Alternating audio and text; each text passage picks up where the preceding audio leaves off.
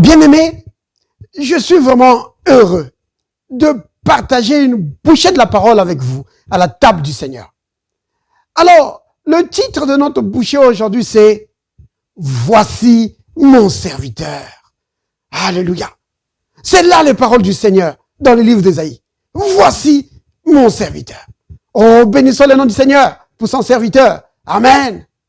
Bienvenue à la table du Seigneur. Yeah! Alors, nous allons prendre notre premier passage dans le livre d'Ésaïe. Ésaïe chapitre 42. Commençons à partir du premier verset. Voici ce que disent les Écritures. Voici mon serviteur que je soutiendrai. Mon élu en qui mon âme prend plaisir. J'ai mis mon esprit sur lui. Vous entendez ça? Le serviteur dans lequel Dieu prend plaisir. Dieu dit, j'ai mis mon esprit sur lui. Il annoncera la justice aux nations. Il ne criera point, il ne lèvera point la voix, et il ne le fera point entendre dans les rues. Verset 3. Il ne brisera point le roseau cassé, et il n'éteindra point la mèche qui brûle encore. Il annoncera la justice selon la vérité. Alléluia. Vous avez vu ça? Le serviteur dit, le Seigneur dit, voici mon serviteur.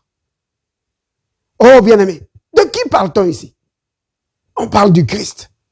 C'est le serviteur fidèle. Oui. Qui a été obéissant jusqu'à même aller à la croix. On dit, voici mon serviteur, dans lequel je prends plaisir. Et je mettrai mon esprit sur lui. Pourquoi? Je veux me concentrer surtout le verset 3. Il dit, la raison pour laquelle je mets mon esprit sur lui, non seulement qu'il va annoncer la justice, mais surtout, au verset 3, il ne va pas briser le roseau cassé. Il ne va pas briser ça. Non. Il n'éteindra pas la mèche qui brûle encore. Oh, bien-aimé. De quoi parle-t-on ici? Ici, il dit au verset 3, il ne brisera pas le roseau cassé. C'est-à-dire que le roseau qui est déjà cassé, il ne va pas l'arracher. Il ne va pas le briser encore. Sur la mèche qui brûle à peine, la mèche qui a des difficultés à brûler, à éclairer, lui ne viendra pas pour éteindre ça. Ça parle de quoi? C'est pour dire ceci, que le serviteur dans lequel Dieu prend plaisir, il ne viendra pas pour mettre encore des problèmes sur ceux qui ont déjà des problèmes. Il ne viendra pas pour casser encore celui qui est déjà cassé. Oui, celui qui a déjà des problèmes, il ne viendra pas encore pour lui mettre des problèmes. Celui qui a déjà des fardeaux, il ne viendra pas pour lui mettre encore des fardeaux. Non! Celui qui est en train de se débattre dans les problèmes de la vie, dans la maladie, il ne viendra pas encore pour lui mettre la maladie. Non! Bien au contraire, il viendra pour le guérir. Il viendra pour le sortir des problèmes. Il viendra pour le consoler. Vous comprenez? C'est cela, le serviteur dans lequel Dieu prend plaisir. Donc, le Christ, c'est le modèle. Et nous devons prendre exemple sur lui. Ne pas mettre des problèmes sur celui qui est déjà dans les problèmes. Non! Celui qui est déjà brisé, ne le brise pas encore. Non, au contraire, aide-le. Celui qui est déjà par terre, n'essaie pas de le piétiner. Non! Aide-le à se relever. Oh, bien-aimé, c'est vraiment important. Donc, le verset 3 d'Ésaïe 43 dit, d'Ésaïe 42 dit,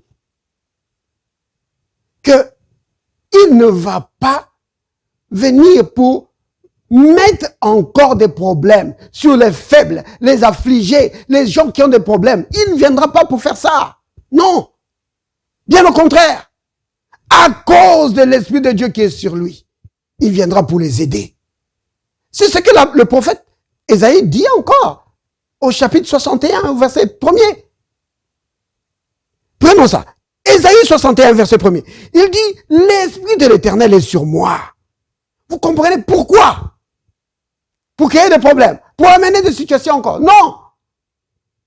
Regardez ce qu'il dit. Il dit, l'Esprit du Seigneur, l'Éternel, est sur moi. Car l'Éternel m'a oint pour porter des bonnes nouvelles aux malheureux. Oui.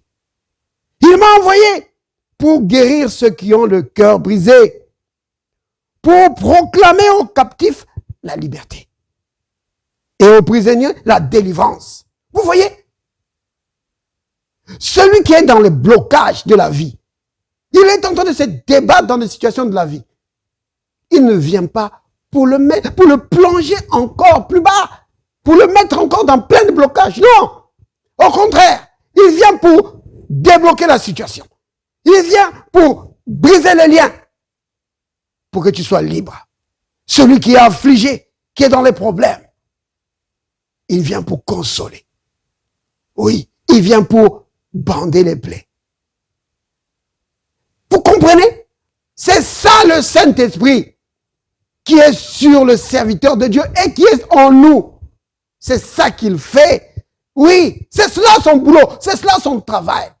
Nous amener pour consoler, pour soutenir, pas pour détruire, pas pour casser. Non.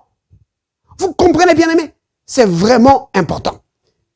Et le Christ lui-même, quand il était sur la terre, dans Luc, au chapitre 4, à partir du verset 16 jusqu'au verset 18, le Christ le dit. Alors, dans Luc 4, au verset 18, je vais prendre juste ça, juste le verset 18. Il dit ceci. L'Esprit du Seigneur est sur moi. Parce que là, il a pris le livre d'Ésaïe, n'est-ce pas? Qu'on venait de lire tout à l'heure. Ésaïe 61. Il dit, l'Esprit du Seigneur est sur moi. Parce qu'il m'a oint. Pourquoi? Pour annoncer une bonne nouvelle aux pauvres. Il m'a envoyé pour guérir ceux qui ont le cœur brisé. Vous voyez?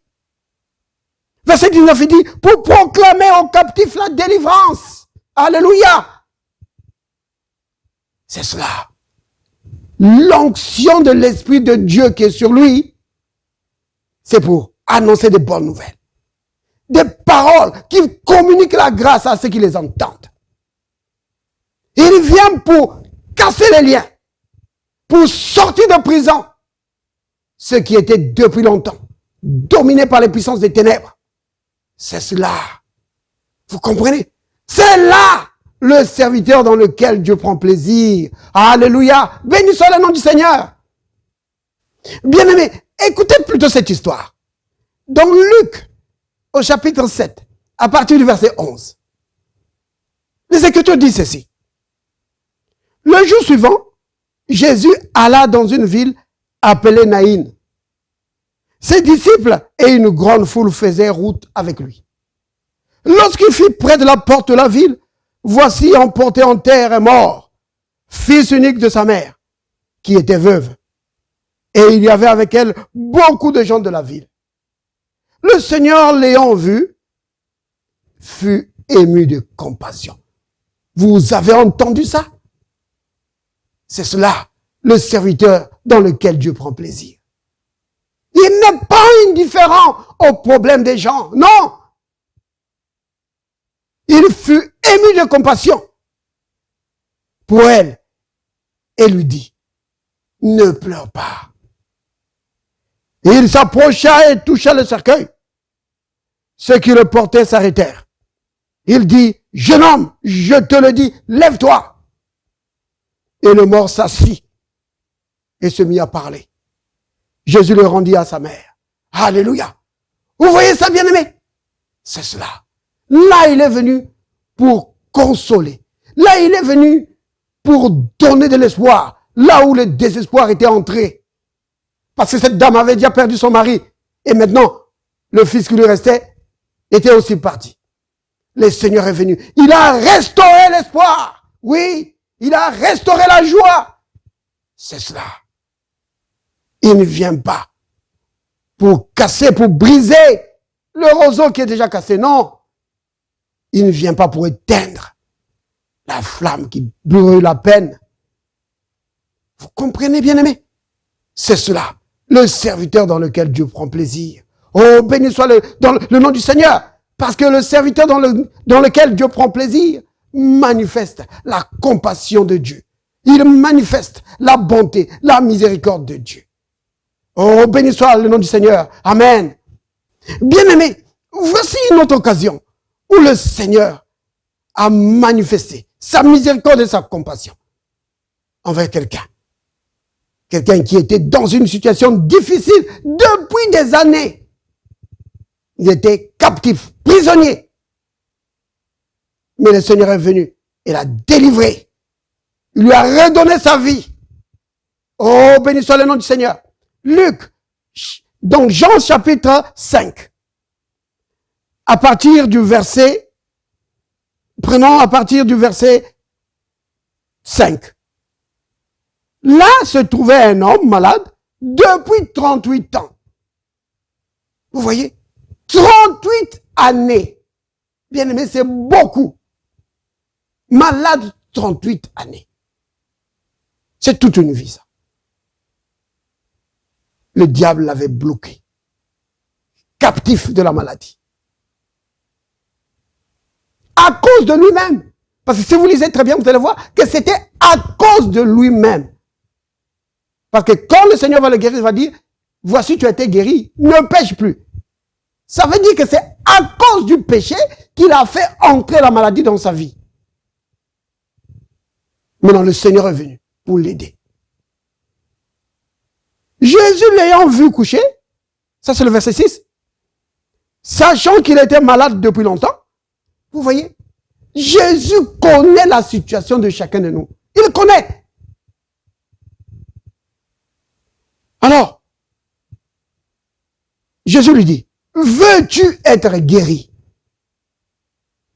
Oh, le malade lui répondit, Seigneur, je n'ai personne pour me jeter dans la piscine quand l'eau est agitée. Cet homme avait été abandonné par sa famille. Tout le monde était fatigué. Et il l'avait abandonné. Ils sont peut-être restés 5 ans, peut-être 10 ans à prendre soin de lui. Peut-être 20 ans, 30 ans. Après, non. Ils étaient fatigués. Ils ont dit non. Cet homme, c'est fini, c'est ça. Cette situation, c'est comme ça qu'il va être. Il va mourir comme ça. Mais le Seigneur n'avait pas dit son dernier mot. Le Seigneur est venu vers cet homme et lui a amené la compassion de Dieu. Il lui a amené la délivrance de Dieu. Cet homme, c'est vraiment la manifestation, la personnification du psaume 107, verset 20. Il a envoyé sa parole et le guérit. Alléluia. Dieu a envoyé sa parole. Qui ça? C'est qui ça la parole? C'est Jésus. Jésus, la parole de Dieu, est parti vers cet homme. Oui. Amenons la guérison à cet homme. Oh, béni soit le nom du Seigneur. Vous voyez, cet homme était abandonné. Rien que le fait d'être abandonné, bien aimé, ça cause vraiment des blessures dans le cœur. Il était là tout le temps, certainement, s'est dit, oh, on m'a abandonné, je suis maintenant seul. Plus d'espoir. Mais le serviteur dans lequel Dieu prend plaisir est venu et a amené la guérison, a manifesté la compassion de Dieu pour lui. Oh, béni soit le nom du Seigneur. Alléluia. Bien-aimé, peu importe le problème dans lequel tu passes, sache que la compassion de Dieu est pour toi. Sache que la miséricorde de Dieu est pour toi. Et la parole de Dieu t'amène la guérison. Oui, La parole de Dieu t'amène la guérison de Dieu. Béni soit le nom du Seigneur. Amen. Père, merci pour ta grâce et ta compassion. Merci, Père, pour ta miséricorde. Merci pour ton amour envers les hommes. Oh, toi qui aimes les peuples, toutes les nations, tous les peuples viendront à toi, Seigneur. Béni sois-tu. Merci, Père, parce que tu manifestes ta compassion envers les hommes, en les guérissant et en les délivrant. Oui, Père, le Christ est venu pour bander les plaies, pour guérir le cœur brisé, pour délivrer ceux qui étaient bloqués. Dieu béni. Je prie pour tous mes bien-aimés qui nous suivent à la table du Seigneur. Peu importe les problèmes, Père, dans le nom de Jésus et par l'autorité que tu m'as donnée, je brise la puissance de la maladie dans leur vie. Je brise la puissance de Satan dans leur vie et je proclame la liberté. Je proclame la vie et la bonne santé dans le nom de Jésus le Christ. Amen.